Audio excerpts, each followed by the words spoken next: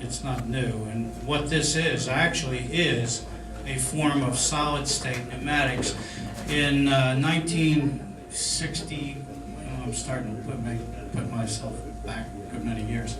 About 1961, 62, 63, somewhere in that area, an outfit up in Washington, D.C. called Bowles Engineering, Howard Bowles, or Harold Bowles, I guess it was Harold Bowles. I'm not sure that. Bowles is a correct name. Bowles Engineering developed something where instead of using valves to change and mix in chemical plants with seats and the things that could cause turbulence and what have you, they came up with an idea of a tube that went to a Y and then was had a small signal, what they call it, just a reference signal that was placed on either side of this Y, and it would actually divert the flow between these two pipes, and you could actually change the rate of flow in one pipe and reverse, send that back. Yes?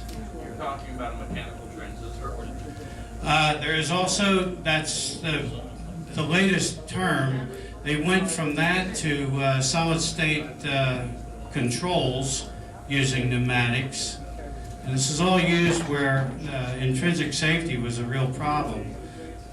You can actually control processes by doing this. Anyway, that's what this is. And it's amazing because Tesla came up with that in the late 1800s. So it's amazing.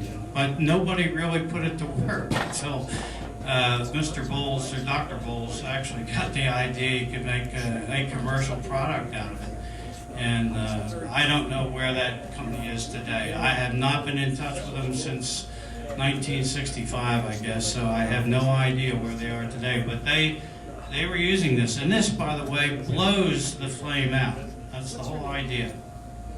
It actually blows itself out because the flame going, the back flame coming through there is actually being diverted against itself. It is blowing itself out. So it's a great idea. Certainly, I think, more practical than a bubble because this absolutely will blow the figure out. I think that's great. I think it's fantastic. Well, isn't it great that just through chance meeting, Richard here was able to accurately define what's going on in this kind of thing. So it's very, very beneficial. Bill, would you like to come back up? I just wanted to take that little detour because it shows the benefit, really, of this kind of gathering when you can meet people and you have no idea what their background is. And by the way, I wanted to mention just briefly too the fellow I was just talking to down here. His name is. Let's see. I don't have his card right now, but no. I had his card a minute ago. Let's see. Here we go. Yeah, Carl Erdvig. He has a Nissan Sentra out here with a Smax booster under the hood, and he said that while he was having to do some moving with that little four-cylinder car, his fuel mileage was about 12 miles per gallon before he put the booster on it. But he did several tankfuls of fuel with that booster on board and nothing else installed, no EFI device or anything. He was getting 23 to 24 miles per gallon. So he basically doubled his mileage from 12 to 23 or 24 under very heavy load, pulling a trailer. And that little Nissan out there if you want to take a look at it. But anyway, let's go back to what you feel is some of the more important things that are coming down the pike here now. Well, I think definitely, Bob Boyce touched on a lot of things, but up and coming is the ability of the car's ECU to learn about the new fuel, and of course, a flex fuel vehicle, of course, would be a much better candidate, but this falls into basically two separate problems. One is how to read your car's mind, and that question has been answered by around 2000 by a company outside of Toronto that came up with the ELM 327, which is a chip and a wiring harness that you can get for about $5 from Shenzhen, $30 shipping, and plug your laptop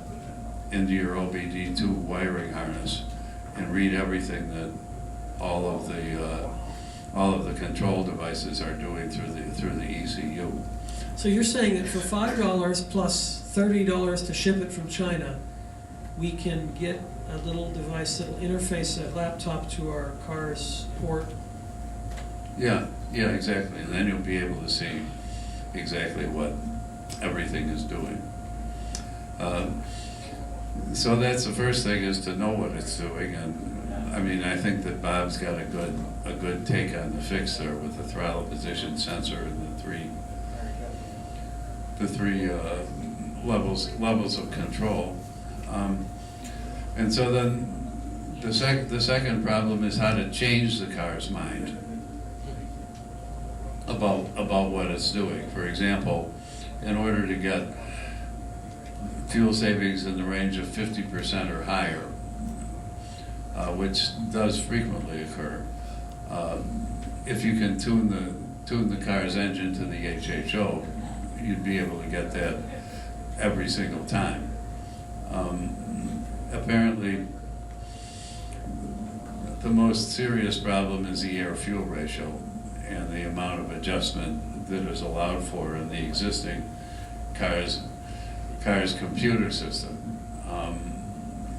But you may be able to get like about 20 to 1, but Bob was mentioning 25 to 1 like 10 years ago, and 30 to 1 might be optimum. I'm not sure what the optimum range is there, but currently that's fairly expensive to do. It can be done with a piggyback fuel controller, but that's only available for a few models, and those are about they're about $400. But basically, you plug the piggyback fuel controller into the car's computer system, and plug the car's wiring system into the piggyback fuel controller.